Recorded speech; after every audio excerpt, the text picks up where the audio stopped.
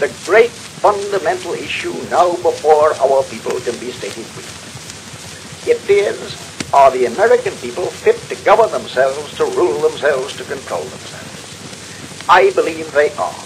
My opponents do not. I believe in the right of the people to rule.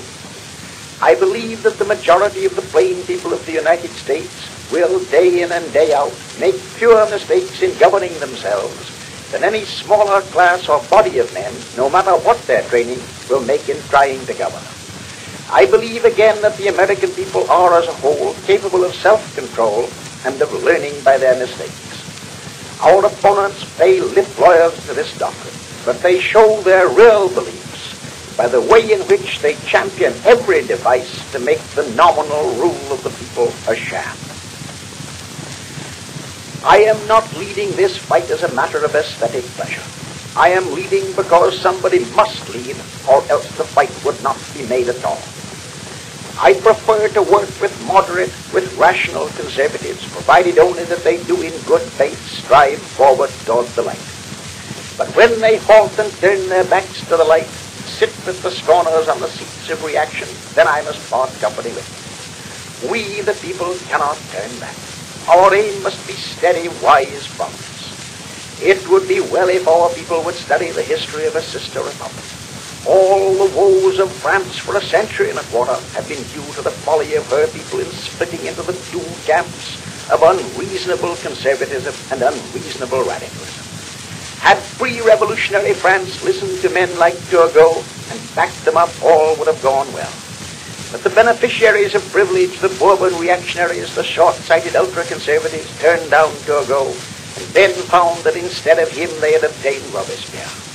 They gained 20 years' freedom from all restraint and reform at the cost of the whirlwind of the Red Terror, and in their turn the unbridled extremists of the terror induced a blind reaction.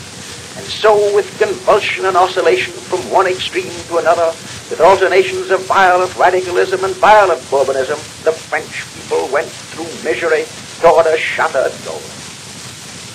May we profit by the experiences of our brother republicans across the water and go forward steadily, avoiding all wild extremes. And may our ultra-conservatives remember that the rule of the Bourbons brought on the revolution.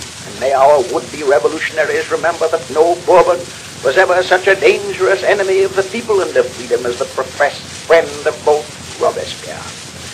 There is no danger of a revolution in this country, but there is grave discontent and unrest, and in order to remove them there is need of all the wisdom and probity and deep-seated faith in and purpose to uplift humanity we have at our command. Friends, our task as Americans is to strive for social and industrial justice achieved through the genuine rule of the people.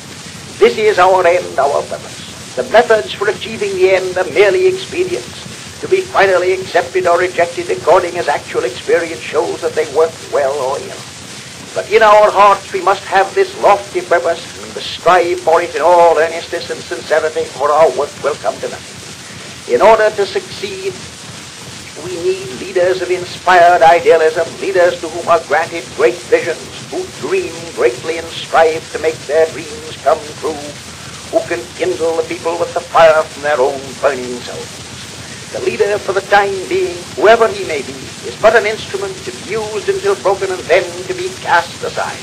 And if he is worth his salt, he will care no more when he is broken than a soldier cares where he is sent, where his life is forfeit, in order that the victory may be won.